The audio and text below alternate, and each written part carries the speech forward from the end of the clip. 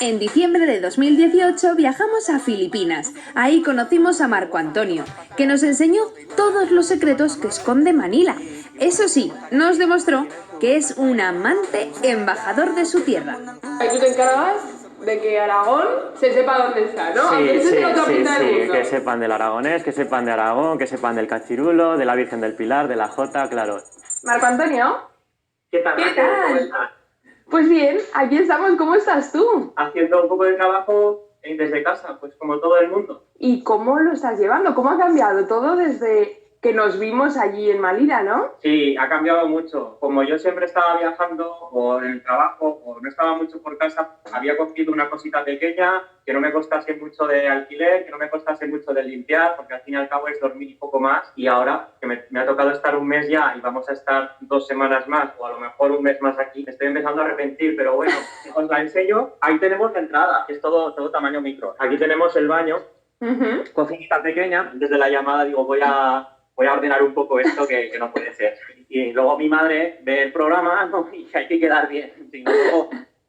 Y nada, ahí tenemos una ventanita, ahí como tapada por la litera, no es un balcón, pero y la gente sí que lo está utilizando ahora bastante, pues sale ahí a tomar el aire y a ver un poco el cielo. Marco Antonio, ¿y cómo está la situación en Filipinas y en Manila? El virus y la enfermedad llegó pronto. Filipinas fue el segundo país con fallecimientos por coronavirus después de China, pero la incidencia que ha tenido no es muy fuerte, o al menos no es tan fuerte como la que ha tenido en Italia, en España o en Estados Unidos. El sistema sanitario y las pruebas no llegan a toda la población, no se han hecho muchas pruebas, ahora es cuando se están empezando a hacer y ahora los resultados están siendo más alarmantes. Y en cuanto a las medidas que ha tomado el gobierno. En un primer momento la cuarentena era un poco relajada, luego se hizo estricta y entonces las calles de los barangays, de los barrios, tienen puestos de control y uno no puede pasar dentro de la calle o dentro del barrio a no ser que viva. A modo institucional se organizan estos controles para evitar una circulación masiva de las personas y para controlar pues, la epidemia. Si yo vivo aquí, yo no puedo pasar allí. Además, de 8 de la noche a 5 de la mañana, la cuarentena es total, hay toque de queda y no se puede circular, no se puede ir por la calle. Entre las 5 de la mañana y las 8 de la tarde es más relajado para hacer compras o para ir al banco, para servicios básicos. Si uno sale por Manila y uno no lleva tiempo en Manila y no conoce Manila, piensa que no pasa nada, porque hay gente, hay circulación, pero conociendo Manila, que es una ciudad muy caótica, muy estresante, con mucho tráfico, con mucho ruido. Recuerdo perfectamente cuando nos subimos en el Jeepney y bueno, vivimos lo que era Manila, ¿no? El día a día de Manila. Así es. Esto de aquí son los jeepneys. La historia es de la época norteamericana, que trajeron jeeps, les gustó, los adaptaron a modo autobusetes y la gente se mete y bueno, es un transporte muy muy popular, así que vamos para arriba. Aquí te montas tal cual. Aquí te montas tal cual y luego ya pagas.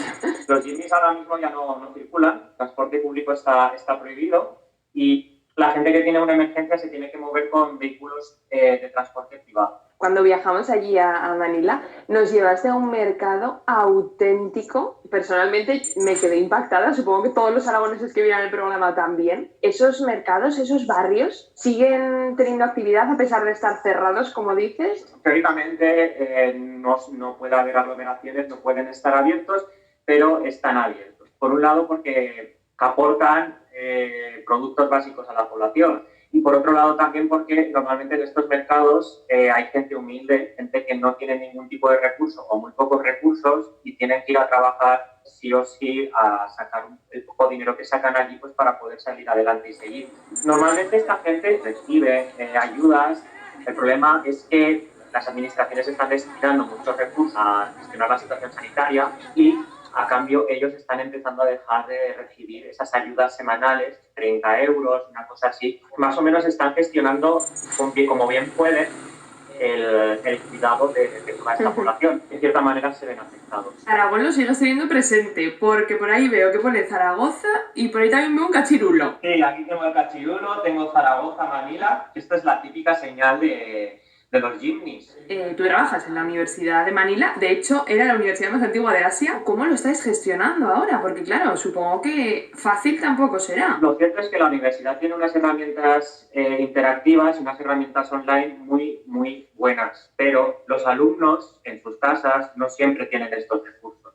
Normalmente lo que más les suele faltar es internet en casa. Yo lo que hago, por ejemplo, para intentar solventar esta situación es trabajar por proyectos. Yo les envío un proyecto, lo explico en las clases online y luego ellos lo tienen que hacer a lo largo de la semana hasta la siguiente clase. Y ya pues lo trabajan con mucha más flexibilidad, ¿no? Tu fuerte es el aragonés, ya lo sabemos. Estábamos trabajando además los módulos de multilingüismo en España y en Hispanoamérica y justo nos llegó todo esto del coronavirus. Y justo esta semana pues han preparado los alumnos unos vídeos en aragonés. Hola, musetas! Buenas noches. Me llamo Kimberly Anar Meranchana. Tengo 19 años. Me fagoyo de viajar, estar con los míos amigos. Ya me fagoyo ver vídeos de mukbang en YouTube porque me encanta linchar. Gracias por escucharnos. Resmilla contra el coronavirus. Bueno, pues yo creo que te vamos a dejar trabajando. Simplemente, ¿qué mensaje nos mandas para dar ánimo a todos los aragoneses que te van a ver? El mensaje es una palabra que todos los filipinos te dicen. Ellos en tagalo tienen una palabra, siempre te la dicen cuando vas un poco estresado y que la vamos a conocer todos, que es paciencia. ¡Paciencia! Exacto, ¿no? Como me dicen a mí muchas veces, pues yo lo transmito paciencia. Mucho ánimo también para ti y vamos a despedirnos, pero en aragonés, ¿no? Bueno, nos veamos luego, antis con antis, dica luego y a plantar firme. Pues dica luego, lo he dicho bien, ¿no? Sí, perfecto, dica luego. Adiós.